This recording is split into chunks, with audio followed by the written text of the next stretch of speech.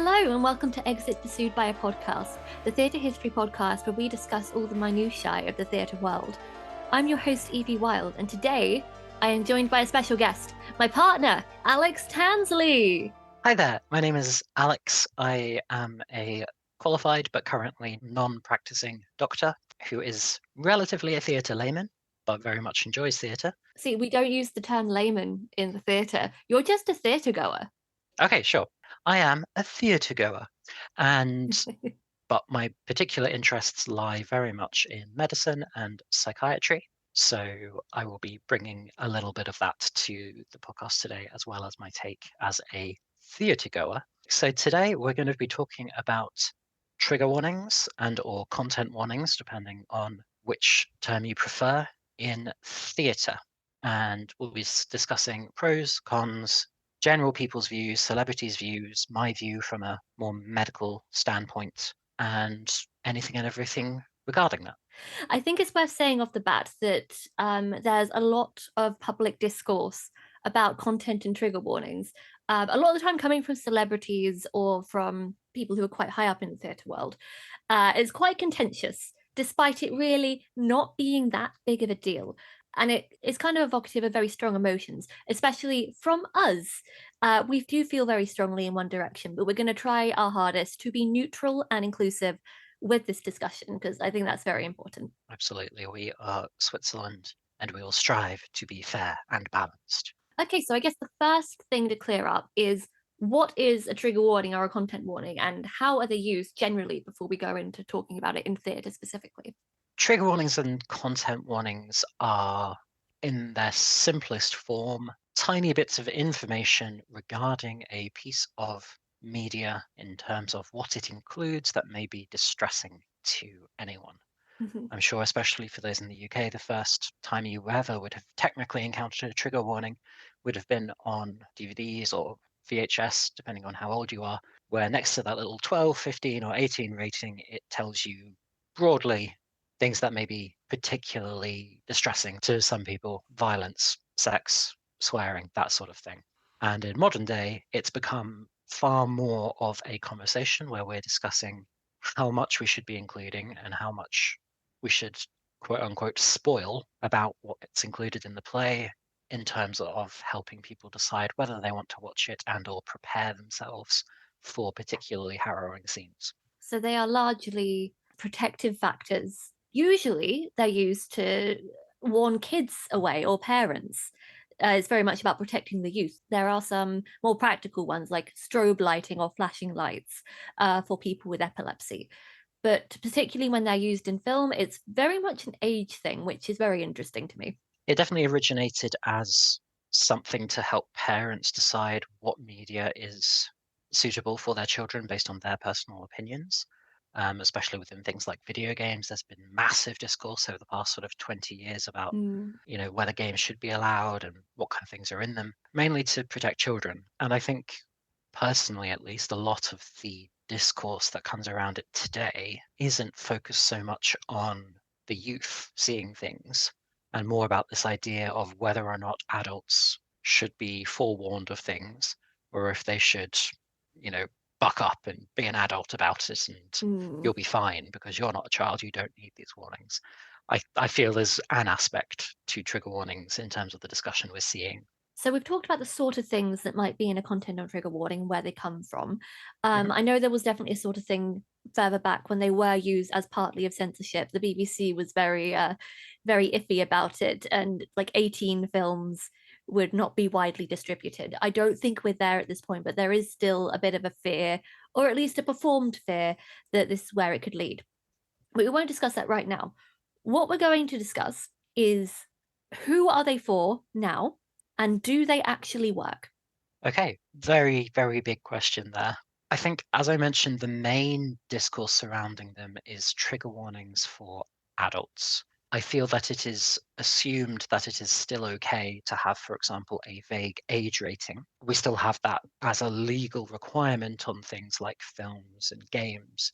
And in some theatre, if there's, say, sexual action or nudity, a lot of productions will have an age rating if there's something that might be not appropriate for children. Okay. Do you know if that's a legal requirement? I'm not sure if it's a legal requirement. It is a general practice, though. But that's really interesting though, because then we have that dichotomy there where every other sort of produced media, and to be fair, probably filmed plays that are then released on DVD or online would then get a rating. But the live experiences don't necessarily have that.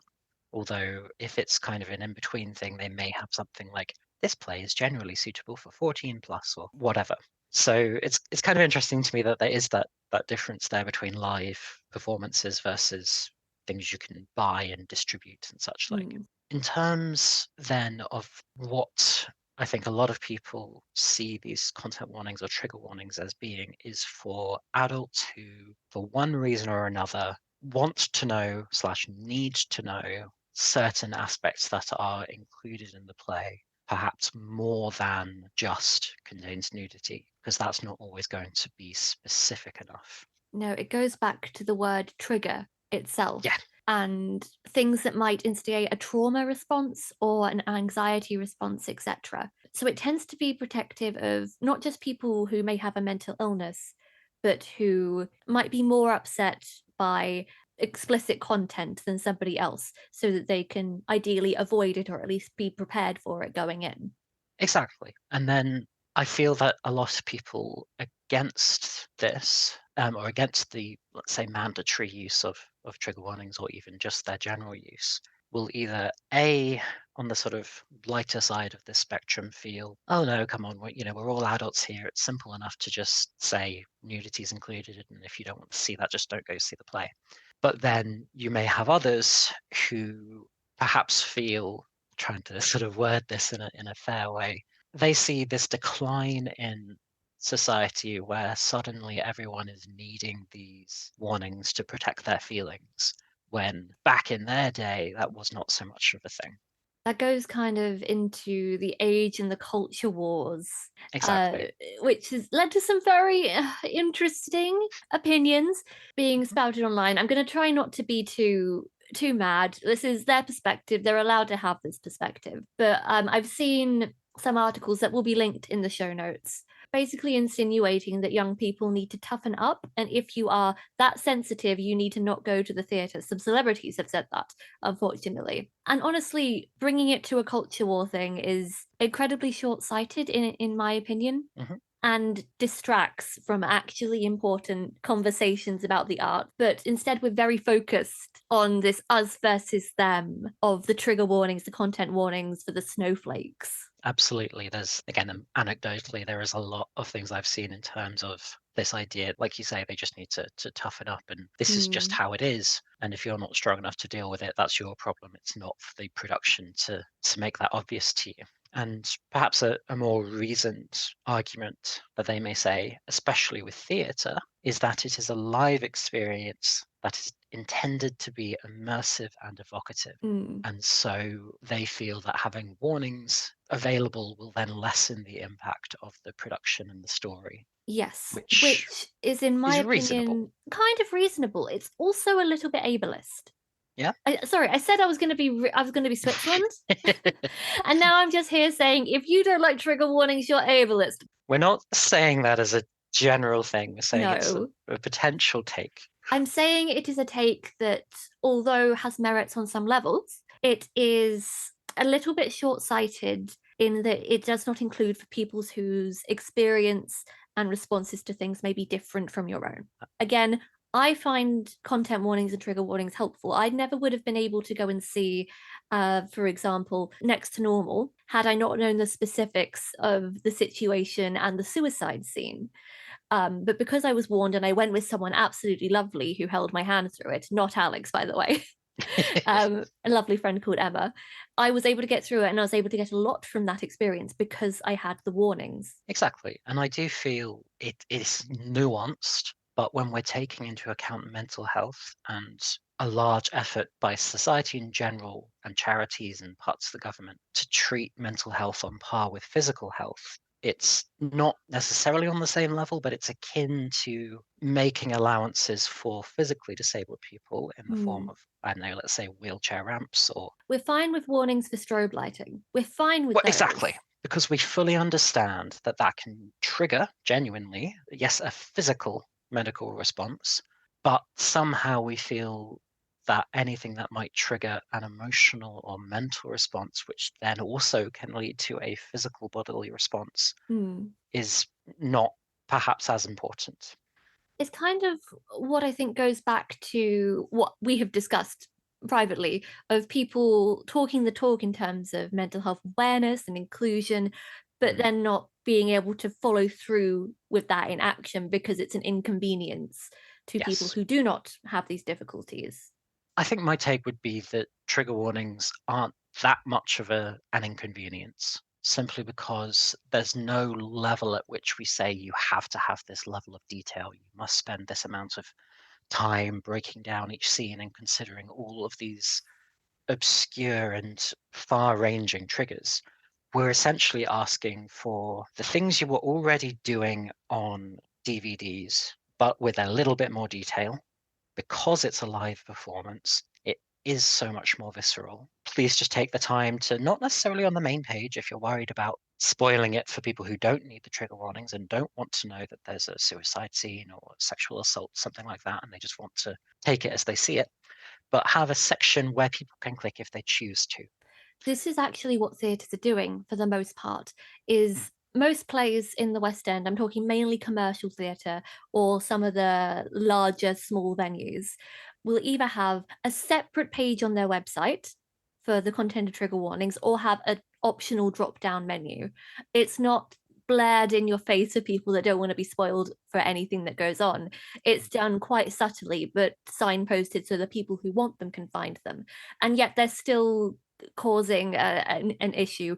I know that some theatres are also putting signs up outside so that people can see them as they walk in. So that might ruffle a few more feathers. And I'm not sure if it would really take away from the shock if these things are done well. But I can see how someone might have that experience at the same time. yeah, exactly. I think we can kind of link both the potential spoiling of part of the play for someone who didn't want to know, oh, there's a murder, damn, now I Mm. know someone's going to be, it can take away. And then there's also that group of people who, are quote unquote concerned about the slippery slope of society weakening its populace by feeling this need to warn people. It then perhaps in their minds will slowly sensitize people more and more to these things that they believe with coming of age and growing up you need to just become desensitized to and deal with because that's part of life. That's just how the world is. But I very much feel that, especially for theatre, something which is far less popular than movies, TV, video games, they need certain warnings for people who don't necessarily know what they're going to see. Mhm. And tying in, obviously, with your specialty, if they're going to see Hamlet because David Tennant is in it and they know David Tennant is awesome, but they don't necessarily know the content, I, for one, would very much appreciate just a little heads up, especially if I were to be going and seeing something like, well, as we've discussed again personally, if I were to go and see something like Titus Andronicus or Mm. even Taming of the Shrew, having not had you to give me a rundown on what those plays are about, I would not be having a great time having spent 50 quid on a cheap seat to see these things happen on stage, which then very much distress me. Exactly. It's funny that you mention people like David Tennant and then you mentioned Titus Andronicus and celebrities, which is my area, Hmm. because a lot of celebrities have been coming out with public statements about their feelings about trigger warnings. Pretty much all of them saying they're not good, don't do them, it's ridiculous. Rafe Fiennes has said that audiences, and I quote, have gone soft. I think it was Judy Dench said, if you're that sensitive, or it was Matt Smith said, if you're that sensitive, don't go to the theatre. Judy Dench was trying to imagine all of the trigger warnings for Titus Andronicus and being like, oh no, it's ridiculous. It's Shakespeare. It Mm. takes away its power. And this is interesting because celebrities have a lot of social clout within the theatre industry. From a lot of perspectives, they are kind of at the pinnacle of their industry. They are very respected. They are very much going to be listened to and very much as an authority as well. And for them to be coming out and giving their 2 cents in this without necessarily considering the other side, I Mm. think it's a little bit damaging, just a bit. They're entitled to have these opinions, as I say. There's a study, and you're going to speak about this, I think, Yes. that suggests that trigger warnings don't actually do anything. Mhm. But, and as I think you're going to say, it's the first one that comes up on Google, and that it's a little bit misrepresented. Do you want to comment on that a little further? I absolutely do. I am itching to talk about the medical Yep. studies. I want to say one thing briefly beforehand, if that's okay. It's also this sense in my mind of survivorship bias that Yeah. the celebrities who have gotten to a point in fame where they comment on this are probably, let's not necessarily, yes, Quite obviously celebrities resilient. are issues, but yes, they are resilient, they are confident, they don't have the same difficulties that others might. So they don't necessarily, it's not even that they're non-empathetic, they just don't consider these people. And it would be akin to, I don't know, a bunch of pro wrestlers being confused that regular people on the street can't take a beating the same way that they can. It's those people obviously have been trained in it and they are very much aware of this. And also, let's say, typically British actors who have had a huge background in theatre, as I'm sure you could comment on, will have had a lot of teaching on various aspects, not just of acting, but on dealing with the more emotional characters and not being affected by that and such and Mm. such. So they'll have had a lot of experience dealing with these very difficult topics, especially if they've been performing them in show after show after show. And that's Um, actually the exact reason I stopped acting, is I couldn't handle the strong emotions, so I got out. exactly. So hence I say it's the survivorship bias Yeah. that the ones who are there talking will be the ones who have managed to deal with everything. And anyone such as yourself or someone else who can't deal with it, much as in any hierarchy. I'm thinking about me not practicing medicine at the moment just because it's so Yeah. stressful. People who leave then don't get to contribute. And so the people at the top then don't have those perspectives, which is a real Mm. shame. I will add, before we go into the paper, we will go into the paper, um, that these celebrities are also saying that content warnings reduce the shock and thereby the power of Shakespeare. Do you think that content warnings do take away some of the poignancy? My personal opinion, before I was reading up on this, was that yes, they would, but that's a good thing for the people who are deliberately reading them. Or is it a bad thing for the people that read them but don't need them? Well, then in my mind, that's why we have it on a separate page. That if Mm, you don't feel the need, and again, maybe this is also about education, if someone's like, wait, what are trigger warnings? And mm, then they click on them, yes, it could potentially take away some of the impact of surprise, murder, or something like that. But for those who need them, my thought was to begin with, it would help them to be prepared for a specific scene that they know is now coming. And if people don't need them, just don't read them. And then that won't take away the power of sudden, shocking scenes to be evocative. Having read studies, I then was going through a slew of different emotions in terms of processing objective studies that seemed to very much disagree with my take. mhm. And then as I looked further, I then attempted to be as neutral as possible, but then realized certain shortcomings of these studies, which I'm very, very happy to discuss. Please do tell. So, as Evie alluded to, one of the first studies that comes up on Google there's a news article talking about how inefficient trigger warnings are. And I believe the study that this links to is by Bridgeland et al., which is a meta-analysis of the efficacy of trigger warnings, and content notes from August 2023. So it's very recent. Mhm. And to just do a brief definition, a meta-analysis is simply where certain researchers will have taken a number of different studies on a particular topic, looked at all of them, and then attempt to collate them into a single or unified conclusion where possible.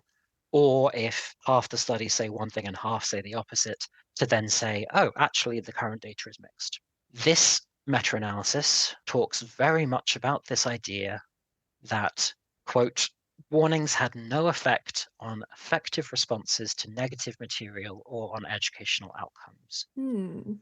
end quote. And also, quote, warnings reliably increased anticipatory effect. end quote.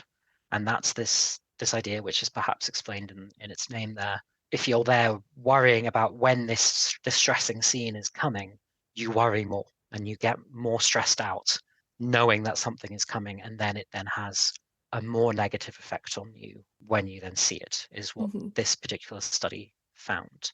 My initial response when engaging in these discussions in certain groups on Facebook was, you're missing the point, though, that a lot of trigger warnings aren't just to soften the blow. And I can perhaps believe, and I do now agree, that it's very much possible that they don't soften the blow.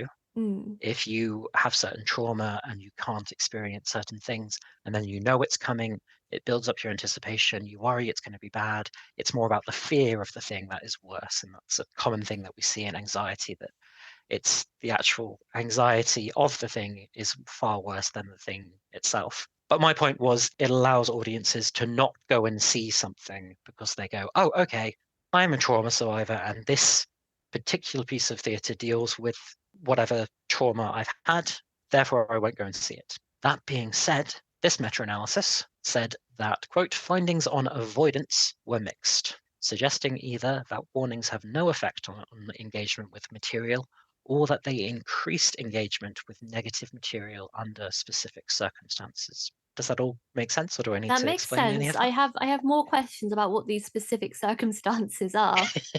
The main thing that they discuss in this study and also other studies is this idea of behavioral avoidance having been given a warning. And this meta-analysis, I mean, we won't necessarily include these studies because in the show notes, because you'll find them within this study, which will be in the show notes. Mhm. But they quote Jones et al. 2020, Sanson et al. 2019, saying that it had negligible effect on avoidance. They didn't necessarily say why.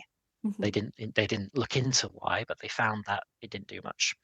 Others found it may lead to small increases in avoidance behavior or small increases in engagement with material. And essentially, these specific circumstances in which trigger warnings increase engagement with material within those who have certain trauma history, that means that they wouldn't want to see this, is this idea of the forbidden fruit Mm. effect, which again may be implied in the name, but I think is something that most people can probably comprehend on a sort of personal level that they've perhaps had, is this idea of, oh, I shouldn't, but oh, maybe I should. And I want to now because it's so tantalizing, this idea of Yeah. something that I can't have now. Oh, now I should. About pushing those boundaries. And there's a lot of psychology behind why this happens. But I don't know if you're anything like me, there have been times that I've gone, I don't like this thing. And yet, let me And read yet, about it. And then I upset myself and I go, why did I do that? yeah. Because if someone says, oh, there's a movie, and I won't name them for fear of inducing this forbidden fruit myself. But there are certain movies which will be commonly mentioned as, oh, these are horrible movies to sit through due to what's in them. And the moment you tell someone that about a specific movie, They they're kind get of like, curious. oh, now I want to know. And then you regret going in and finding out. Yeah. I'm Uh, terrible for this. yeah, Awful for it. same. And for fear of anyone listening, again, I'm not going to mention these movies. But so that's the general idea. And I was very surprised by this, thinking, oh, okay, I didn't expect that there would be so much of this forbidden fruit effect. And there are then, so another study, which was Jones et al. From September 2020. They were talking about specifically PTSD and trauma survivors. They found that trigger warnings are, quote, functionally inert or cause small adverse side effects, unquote. That's kind of scathing.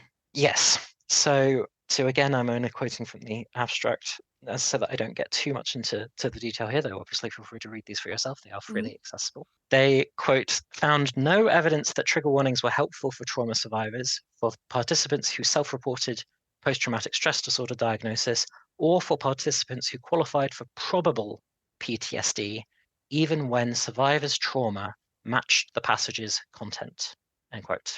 And then a lot of these studies are then helpfully, in my mind, looking into the role of these in a therapy sense and a therapeutical idea of can we use them to help those who have PTSD, etc. And they found that trigger warnings are not helpful, mainly, as we say, due to this forbidden fruit effect. But this specifically was not talking about avoidance. So when they say it did not, having a relatively detailed passage that matched their triggers, saying there's going to be bombings, there's going to be sexual assault, etc., and then they watched the content, it did not help them deal with it, which again is sort of my idea of, well, but it might help them avoid. And they did find in this study that it can help them avoid them if it's detailed and tells them that it's going to potentially trigger them. Mhm. Yes, it can forbidden fruit, but this particular study found that it can help a little in terms of people avoiding them. So, can you tell me a bit more about the article to which we alluded earlier? So the one that a lot of people find from a very quick Google of, do trigger warnings work, Mhm. found that, as I mentioned, it doesn't help knowing and watching, and it doesn't help knowing to then avoid. These trigger warnings were not very specific at all. They were, if I go back to the original meta-analysis of Bridgeland et al., who Mhm. again are doing very good work here, from what I've read, are very objective. They don't seem to have any axes to grind. They're genuinely trying to see how trigger warnings can help and whether they do. Good eggs. Good eggs. However, what I would say is we're arguing for trigger warnings that are more specific. The ones they have looked at, these studies they have looked at, to quote their trigger warnings, are the first study that they'd looked at, the trigger warning that was used was, quote, the passage you are about to read contains disturbing content and may trigger an anxiety response, especially in those who have a history of trauma. That's very non-specific. Indeed. And this is where the part of me that wanted trigger warnings to be effective was like, aha, awesome. This isn't what I mean. This is perhaps where I would then argue we need to be clearer on our definitions. And I don't Mm. know if this is at all widely accepted, but in my mind, what I just quoted is a trigger warning, and they term it as such, Mhm. where they are warning that there are triggers. I am arguing and perhaps saying what we need are content warnings. Yeah. And in my head, the difference there is content warnings go into more detail. Mm. And there is a distinct lack of studies and meta-analyses where the triggers are specific to an individual's history. Mhm. Even when they're looking at PTSD and they say, hey, this media has PTSD potential triggering things in it, that's not enough to help someone avoid it. Having a vague trigger warning is perhaps more likely to give them this forbidden fruit effect because they're like, oh, but what's trigger? Than if you were to specifically say, although there aren't studies doing that, so I can't for sure, but that is my feeling. Yeah. I have 2 points to make about this. I'll go with one and then I'll try and keep the other in my mind. The first is I'm going to bring up Does the Dog Die? Our good buddy. Does the Dog Die, for those who don't know, is a website that is sometimes helpful, sometimes not, which gives content warnings and trigger warnings for film, TV, games, that kind of thing. And you go down a list and it will say, does it have a spider? Does it have sexual assault? Does it have pedophilia? All of this kind of thing. And the audience votes on yes or no. It has a lot of things. It has, does the dog die? Does a dragon die? And then it has some odd things that you wouldn't necessarily think, but clearly someone wants to be warned for them. So it was added in. Now, because these are voted for by an audience, and by the way, I do use these all the time, it can be a little contentious of if something actually counts as the trigger or not. For example, I might be watching a movie in which there is a murder, and this murder will be ticked for, yes, there is an on screen murder, but then it might also be ticked for this could be interpreted as a suicide or a sexual assault when it is not necessarily that. And sometimes lots of people have clicked that someone's head does get bashed in a rock when that's not really what happens. And then you get these false red flags of it being a little bit too sensitive and the media not delivering on that, which is a little bit frustrating. I'm glad that we did realize that this was happening. But from our experience with that website, I can see how people would feel that content warnings and trigger warnings are a little too sensitive or infantilizing, to use the Guardian's word. Well, it's interesting that they used the word infantilizing, given that we started talking about how trigger warnings were initially for children. Well, it was Um, actually a question they asked. Are they helpful tools or infantilizing audiences? yeah, it's difficult because I can imagine someone who has a strong opinion against trigger warnings looking at Does the Dog Die and going, what the fuck? Does a dragon die? How sensitive are these snowflakes that they can't deal with a dragon dying? Or, oh, it includes a hole? Oh, why do people need to know if there's a hole? Oh, look at these.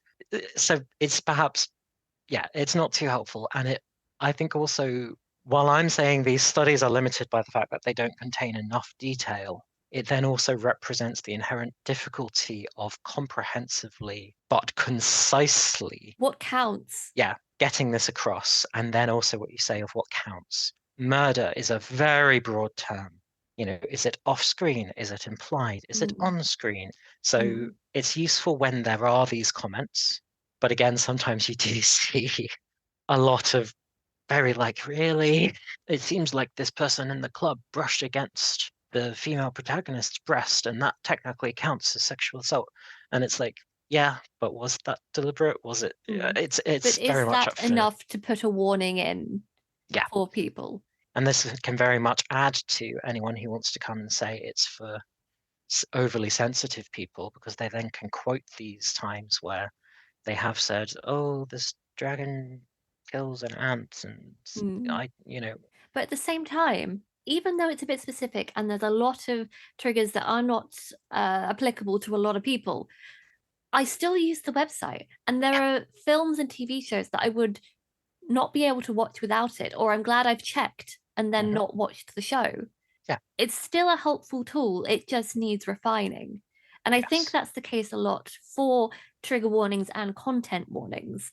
Is it's quite a new system and we need to figure out the best ways of implementing it. I always try to do a little bit of academic reading ahead of these episodes.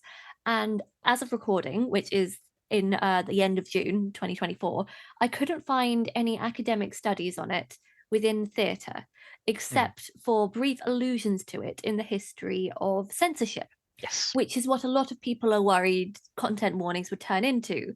Um, they're very much worried that saying and kind of making it a bad thing that plays have potentially triggering topics in it de-incentivizes having them, and it is a form of policing what is allowed and not allowed to go in, especially with the highly charged and politicized language of it being a trigger warning. I feel like that term in and of itself sets off a lot of alarms for people who are nervous about the creative freedom of theatre. no, I mean, absolutely, 100% agree there. Especially in a climate where, don't need to tell you this, theatre funding is, you know, at its minimum, and it's really difficult to get these new plays going. If someone with the money to produce a play is aware that trigger warnings potentially could mean people don't come and see it, there is this worry, and I feel it is genuine, and it's something that I'm sure has been a historical thing as well, that if this play is too shocking or too evocative, they're not going to put it on. They're Mm. going to go with something safe, something that we know, something that people have seen before and they know and love, because that's a surefire thing that will probably be successful. It is a thing that if a theatre is not making very much money, historically at least, put on a production of Macbeth, the Scottish play, because that is almost guaranteed to get bums in seats. Yeah, exactly. And obviously, censorship in theatre, I'm sure, could be an entire other episode, as could commercialization of theatre. And I definitely don't want new, innovative, and interesting things that perhaps are a bit shocking. I don't want Mm. them to be censored. And I understand that, yes, I can say, oh no, but you know, these trigger warnings can be on a separate page. No one has to look at them. But if it becomes widespread, I could understand that maybe producers would start taking that into account from a financial bums and seats perspective. I think also there's a bit of a misconception that content warnings are about not offending people Yeah, rather than not eliciting trauma responses or anxiety responses. Additionally, I've also seen, again, I will link all of these in the show notes. I've seen some people saying that some theatres, even if they don't believe them, they're using it to virtue signal Right. that they are left wing and they are considerate and they are accessible, which I think that's a very pessimistic view of the theatre industry, that they're just pandering to younger audiences. I'm actually going to read you a quote now Mhm. from a Mr. Clements from The Independent. This is a very interesting quote. I really want to get your reaction and your answer to this, because I get a lot of anger from this quote, and I think there's a lot to say. So I'll just read it. Mr. Clements says, I wish theatres would stop pandering to the worst kind of patrons and instead make an example of them. The only sign I want to see before a performance is a reminder to turn off your phone, not just on silent, ideally, one backed up with a muscular threat of immediate ejection if you don't. I would bet money that the kind of people who, in quotes, need trigger warnings about theatrical violence would think nothing of bringing hot food into the stalls or having a quick scroll on their Instas during a performance. The glow from the screen lighting up the dress circle. End quote. Wow. Yes, Uh, this person seems to equate people who need trigger warnings, in quotation marks, with bad theatre audiences, people yeah, who do not appreciate theatre.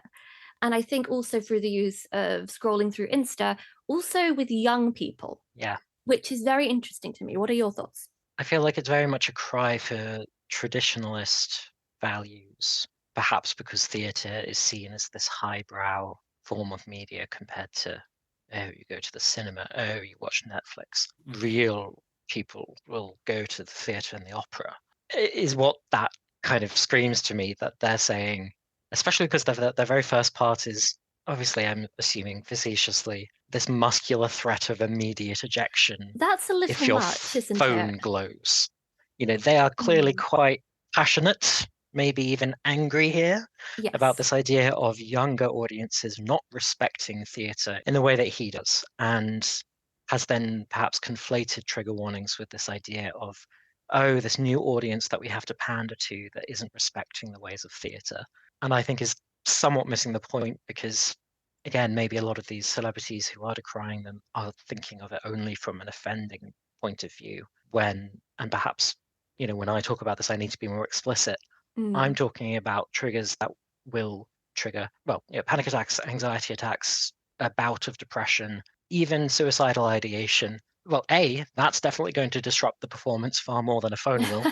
And Yes. B, like we were equating earlier, is a physical, yes, it's mental at its core, but that's a physical response which can lead to severe health outcomes in that individual, Mhm. same way that strobe lighting can for those with epilepsy. Something I will say is that Clements is clearly very passionate about the theatre. He very much enjoys it, and it's something very Yes? special to him. And it's quite clear that he's probably had some negative experiences with potentially younger audience members on their phones or eating noisily, which in the UK at least is not the done thing. So that may have carried through to some resentment in pandering to the types of audiences that he has had problems with. Now, I don't want to discount this personal experience because it's annoying when this happens. It Yeah. is. But at the same time, I think that these are very generalized impressions, and you can't take a few experiences to be indicative of an entire group of people. A lot of people do need these trigger warnings who won't be on their phones or eating food. Myself, I am included in this group. But I don't want to take away from the fact that Clements is clearly very passionate about theatre, and that's important. People who Mhm. care about theatre are on both sides of this argument.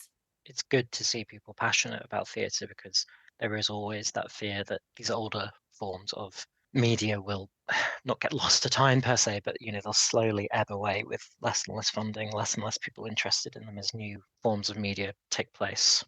That being said, I do think accessibility in theatre is very important, not just from a trigger warnings and disability friendly theatre, but also making it an easy in for young people who won't feel like there are older people who maybe going to the theatre for longer, who are very much aware of the rules.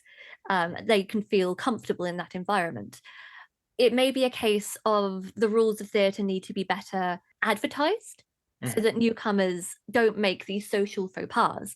And maybe that would help with the perception of trigger warnings in general. Yeah, no, absolutely. I think definitely older generations who have been going to the theatre for longer will understandably have strong ideas as to how one should consume theatre and pay Mm. respect to it. And I mean, I do agree with that. I kind of like, in a way, the idea that theatre has this mystique in this idea of it being an experience and there are certain rules you have to follow to make it feel even more special. We still go to the theatre. Like it's quite casual in London now, but Yeah. you'll occasionally see tourists coming in dressed up in their finery. They're in Hmm. like a tuxedo or an evening dress, and Yeah, it's very sweet. They're makes clearly sense. gearing up for like a proper event, and we're there in our jeans and t-shirts, wearing Yeah, Crocs or something. Um, exactly, because they're going, "Oh, we're going to see British theatre at the West End." it was a ball gown to Operation Mincemeat, no less. Yes, which I don't know, you do you. Um, She looked good. She felt good. There's nothing wrong with it. It's just, different expectations of what it is to yeah, go to the theatre. And I don't think either of them are invalid. Dress no, however you please. but I do think that certain people in older generations, whether we want to name Clements or other people, are perhaps missing the days when no, actually, well, you'd know more than this. I Mm. assume there were days back in the whatever decade where it was a thing you dressed up for, and it was this very highbrow thing. And perhaps certain generations miss that. And trigger warnings are this extension of how theatre is changing with modern values, and they don't want to say this. And Yeah, that's a good I mean, point. I'm not lumping everyone in with like the John Cleeses of the world who like there's a specific article where he was lamenting the fact that they can't say slurs anymore in comedy, I think for theatrical version of Fawlty Towers, Mm. which, no, I'm sorry, times have moved on. Don't use slurs for comedy. If Mm. it's a historical thing, Yeah. As Greg Davies actually kind of responded, not to this yeah, specifically, but in general, just saying, you can still be edgy, just, don't be a dick. exactly. You can still make Comedy is edgy not humor. dying. No, Greg Davies, we stand Greg Davies. yes, we absolutely love him. And I mean, there's just perhaps move on a little, if Hmm. that's okay. It's still Yeah. somewhat relevant. There's also a disconnect, I think, as to what these trigger warnings are for. Like as we mentioned, I'm more on the medical side of things, the psychiatric experience of treating patients. So I'm more focused on the very serious side effects that certain media may have.